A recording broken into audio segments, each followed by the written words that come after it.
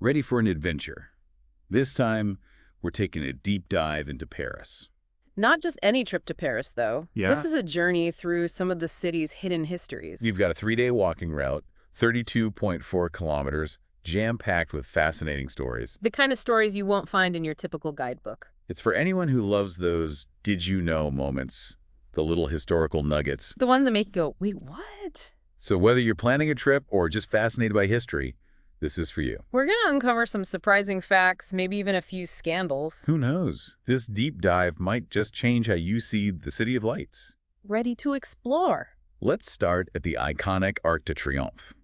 But before we talk about its grandeur, did you know it was once home to a tachograph? Yeah, back in the late 1700s, right after the French Revolution, Claude Chappe, a brilliant inventor, he chose that spot to install one of his optical telegraph stations. Optical telegraph. It was a system of towers, with these movable arms like giant semaphore flags relaying messages across France, faster than a horseback messenger, of course. Sounds pretty futuristic for its time. So why isn't the Arc de Triomphe known for this communication revolution? What happened to the pantograph? Well, people were just as wary of new technology back then as they are today.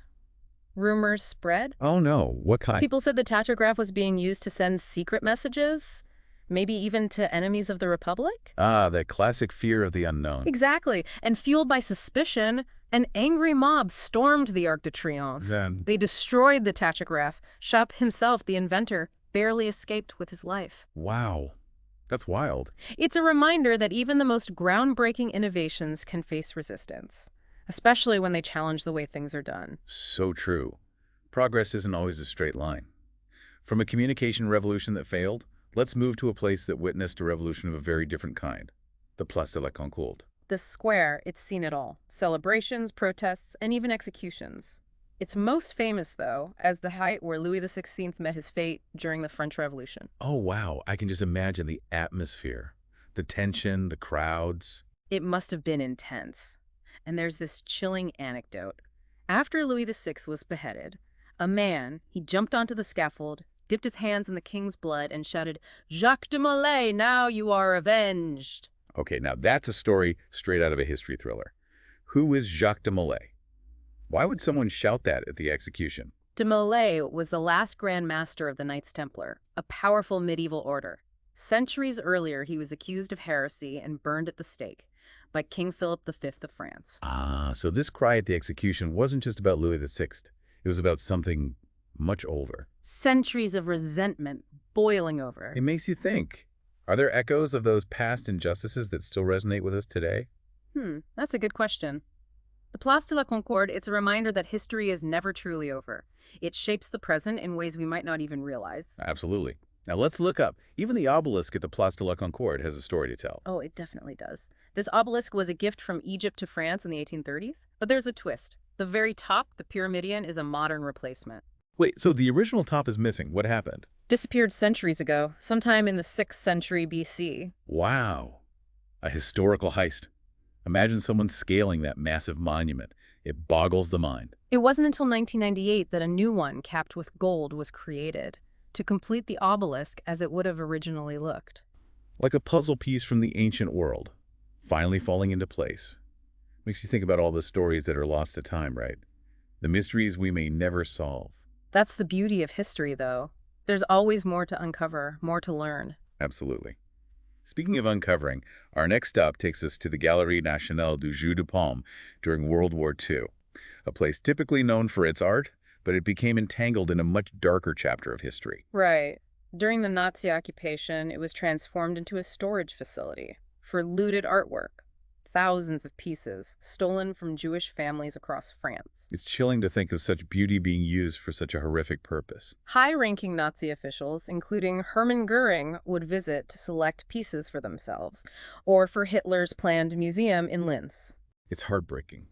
Did any of the artwork survive? Thankfully, much of it was recovered after the war. But tragically, some of it was deemed degenerate art by the Nazis. In July 1942, they held a bonfire outside the Jeu de Paume and destroyed a large number of pieces. What a devastating loss. The Jeu de Paume stands as a reminder of the human cost of war and the destructive power of intolerance. It's a story that shouldn't be forgotten. Absolutely. From a place marked by darkness, we move on to one known for its glamour, the Hotel Ritz.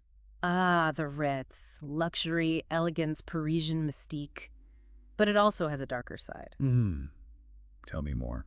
During the Nazi occupation, the Ritz became a favorite haunt of Hermann Goering. He even set up his headquarters there for a time. You're kidding. The Ritz, a symbol of opulence, housing the headquarters of one of the most notorious figures in history. That's a mind-blowing contrast. The Ritz, much like Paris itself, embodies this blend of light and shadow. I guess every place has its secrets. And speaking of secrets, ready to venture underground, Lead the way. our next stop is the Paris catacombs.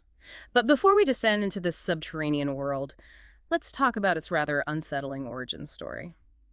We have to go back to the Cimetière des Innocents, the main cemetery in Paris in the 18th century. Imagine the city back then.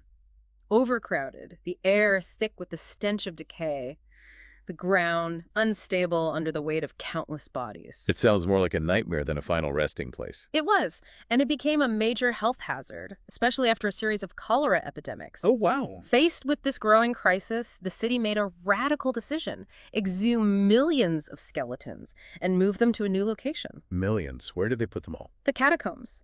Paris is built on a network of underground tunnels and quarries. Perfect solution to this rather morbid problem. So the Paris catacombs. They're a giant ossuary, a testament to the sheer number of lives that have passed through this city. Precisely. Millions of skeletons carefully arranged beneath the streets. It's a haunting reminder of the vastness of human existence. And how even in death, we're all connected in some way. It's a thought-provoking place, to say the least. It really is. And from the depths of the catacombs, our next stop takes us to a place that might sound familiar even if you've never been to Paris, the Saint-Martin metro station. Oh, what's so special about it? One of those beautiful Art Nouveau stations I've heard about. Not quite. It's actually what's known as a ghost station, closed to the public since World War II. A ghost station. Okay, I'm intrigued. So it's just sitting there empty. Pretty much. Closed temporarily during the war and never reopened. It was just too close to another station. So it's like a time capsule from the 1940s. Exactly. A little bit eerie, but also kind of beautiful in a way. I bet it's a popular spot for filming. Oh, absolutely. Perfect for those spooky scenes. But it seems like a waste to just let it sit there empty. Right. There's been talk about repurposing it. Some pretty creative ideas out there. Like what? Some want to turn it into a swimming pool. Others, a subterranean restaurant or theater. A restaurant underground. Interesting. There are even some who think it could be a great space for art installations. Or even, get this, a mushroom farm. A mushroom farm? Wow, it's certainly not what I was expecting. It just goes to show a place can inspire all sorts of ideas. That's for sure. Okay, from an abandoned metro station to a final resting place, our next stop is the Cimetière de Montmartre. This cemetery is full of stories, the final resting place of some incredible people, artists, writers, composers, even scientists. Any names I might recognize? No, definitely. We're talking Edgar Degas, Hector Berlioz, Adolphe Sax, even André-Marie Ampère, who gave his name to the unit of electric current. Wow, that's quite a lineup. Imagine the conversations if those tombstones could talk. I know, right? Speaking of stories, our next stop takes us to a place made famous by a movie. The Café Les Deux Moulins. Ah, yes, the cafe from Amélie. Remember the scene where she works as a waitress? Oh, I love that movie. It's so charming. The cafe has become a bit of a pilgrimage site for fans of the film. I can see why. It's like stepping into the movie. It shows how a place can become so much more than just a place, thanks to the stories we associate with it. That's true. Our memories and experiences shape how we see the world. Okay, from a cafe that's a movie set to the home of a famous artist, we're heading to 54 Rue Leipzig. This is where Vincent van Gogh lived when he first arrived in Paris in 1886, with his brother, Theo. I can just imagine him wandering the streets of Montmartre, soaking up the inspiration. It was a pivotal time for him. He created some of his most famous works here. Self-portraits, right? Those and many others. He also met other artists here, like Toulouse-Lautrec. Montmartre seems like it was a real hub for artists back then. It was a place where they could experiment, push boundaries. Speaking of iconic Parisian symbols, our next stop is a reminder that not everything we associate with Paris is actually French. We're going to check out a Wallace fountain. Ah, those beautiful green fountains. So quintessentially Parisian. But they were actually funded by a British philanthropist, right?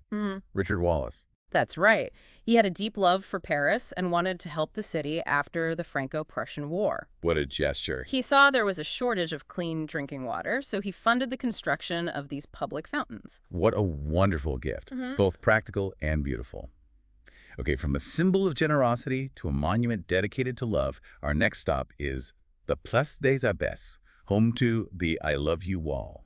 A wall covered in I love you, written in over 300 languages. That's so sweet. Must be popular with couples. It is, but it's not just for couples. It's a place where anyone can come and reflect on the power of love and connection. Love is a universal language, after all. Exactly. Our next stop takes us to the highest point in Paris, Montmartre. Amazing views, I bet. But before we take in the panorama, let's talk about something that happened here back in 1849, a groundbreaking experiment that helped determine the speed of light. Oh, tell me more. A physicist named Hippolyte Fizeau conducted this experiment using a rotating toothed wheel and a mirror placed 8 kilometers away. Hold on. How does that work? How do a toothed wheel and a mirror help you figure out the speed of light? Well, imagine a beam of light passing through a gap between 2 teeth on the rotating wheel. Okay. If the wheel spins at just the right speed, the light will travel to the mirror and back and pass through the next gap in the wheel. It's all about precise timing. So he was basically timing how long it took for light to travel a certain distance. Exactly. And by carefully measuring the speed of the wheel and the distance to the mirror, he was able to calculate the speed of light. It's amazing to think that such a fundamental concept was discovered in such a simple way. Science is full of surprises. Okay, from science to art, our next stop is the Lapin Agile, a legendary cabaret. Steeped in history, it was originally called the Cabaret des Assassins. Wait, what? Why that name? Supposedly because a group of assassins killed the owner's son there. Oh, wow. That's dark. They changed the name later on, of course, but despite its grim beginnings, it became a popular spot for artists and writers. Picasso, Modigliani, Utrillo, they were all regulars. Sounds like my kind of place. A real bohemian atmosphere. I love it. Okay, staying in Montmartre, let's go back in time to visit a place that's been around for centuries. The Vineyard of Montmartre. Most people don't even realize there are vineyards in Paris. Me neither. It's small now, but it once covered a much larger area. And get this, the grapes grown here are said to have hallucinogenic effects. Hallucinogenic grapes in Paris. That's what they say. A rare variety not found anywhere else. Makes you wonder if those grapes played a role in the artistic spirit of Montmartre. Who knows? Maybe they did. Okay, from a vineyard with a psychedelic past to another movie location, we're heading to Rue Saint-Vincent. Amélie fans might recognize this one. It's where we first meet Amélie as a child, skipping along the cobblestones. Such a whimsical scene. The street itself has a certain charm to it. And finally, we reach the end of our virtual walk at the iconic Sacré-Cœur Basilica. A stunning symbol of faith. But there's more to it than meets the eye. Oh, I'm listening. It was built in the late 19th century as a symbol of national atonement after the Franco-Prussian War. Ah, so it's a reminder of a difficult time in French history. It was meant to be a place of prayer and penance for the sins that were believed to have led to France's defeat. A monument to both national pride and a time of deep reflection. Exactly. It really is quite a story. And speaking of stories, our next stop takes us to a park that's often associated with Edith Piaf. The Parc de Belleville. Parc de Belleville. Rings a bell. Isn't it connected to Edith Piaf in some way? I know she's closely linked to the Belleville neighborhood. You got it. The area around Parc de Belleville is often used as a backdrop in those films about Edith Piaf's life. Ah, I see. Not historically accurate, but visually it makes sense. Young Piaf with that incredible voice singing among the vineyards, with the city sprawling out beneath her. It's a powerful image. It really is. And it captures the essence of her music, right? That blend of hope and struggle. Oh, absolutely. Her music is timeless. La Vie en Rose. It's like she captured a feeling I couldn't even put into words. It's a truly iconic song. And it's fascinating how the Parc de Belleville, with its connection to Piaf's story, has become a symbol of her spirit. It goes to show how powerful the stories we tell about the past can be, even when they don't perfectly align with historical fact. Speaking of Piaf's story, there's this belief that she was born on the streets of Belleville, right?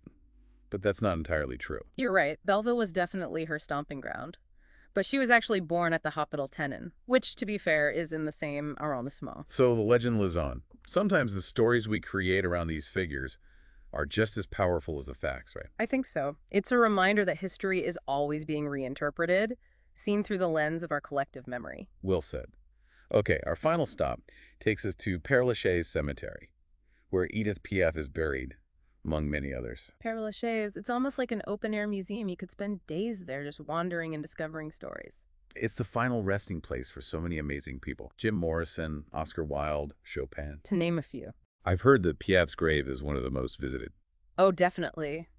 Thousands of people line the streets to mourn her passing, and her grave has become a place of pilgrimage for fans from all over the world. That's the power of music, I guess. It transcends boundaries, connects people on a deep level. It's a powerful thing.